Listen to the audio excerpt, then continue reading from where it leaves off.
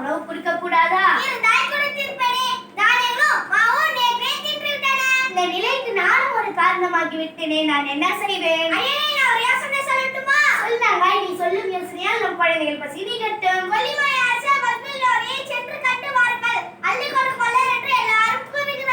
ஆமாம், நானும் கேள்விப்பட்டுள்ளேன். வீரத்திலும் கொடைத்தனத்திலும் சிறந்தவர். இப்பொழுதே நான் செல்கிறேன்.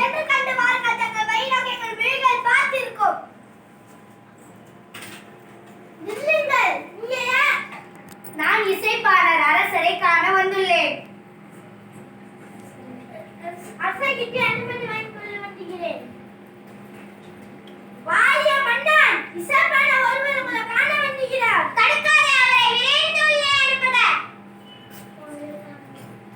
கொல்லிமலை கொற்றவா, கொடைத்திரத்தின் கோமகனே, நீர் வாழ்க, உமது படை வாழ்க.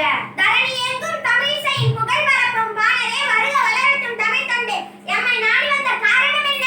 வல்லலே, என் வறுமை காரணத்தால் என் வீட்டின் அற்பில் பூனை உறவுகின்றது. தமிழ் பரப்பும் பாணரே, உமது நிலை என்னை வருத்தமுறை செய்கிறது. உணவின்றி என் இல்லா மெலிந்து கிடக்கிறார். பிள்ளைகளோ காற்றை உண்டு கண்ணில் உயிரை தேய்க்கபடி இருக்கிறார்கள். கலக்கம் வேண்டாம் பாணரே, உன் வறுமையை போக்குவது என் பொறுப்பே. மரம் பழுத்து எல்லாருக்கும் பயன் தருவது போல என்ன துயர் துடைத்து உதவுங்கள். ஆகட்டும் பாணரே, யாரங்கே அமைச்சரே, வாருங்கள். இப்பாணரின் குடும்பம் பல தலைமுறைகள் வாழ வழி செய்திருங்கள். அப்படி அரசே, தங்கள் ஆணை கொள்கை செய்கிறேன். பொற்காசுகளை அள்ளித் தருக, அணிமணிகளும் களிர்களும் அனுப்பிடுக, பற்பல பரிசுகளை பேரர்களில் நிறைத்து அனுப்பிடுக. அப்படியா தங்கள் ஆணைப்படி அனைத்தும் அனுப்பி வைக்கிறேன் அரசே.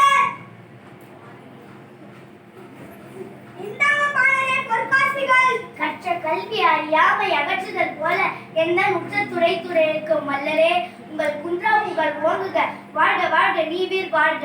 போய் வாரும் பாணரே, நீரும் உமது சுட்டு தாரும் குறைவின்றி நீடோடி வாழ்க.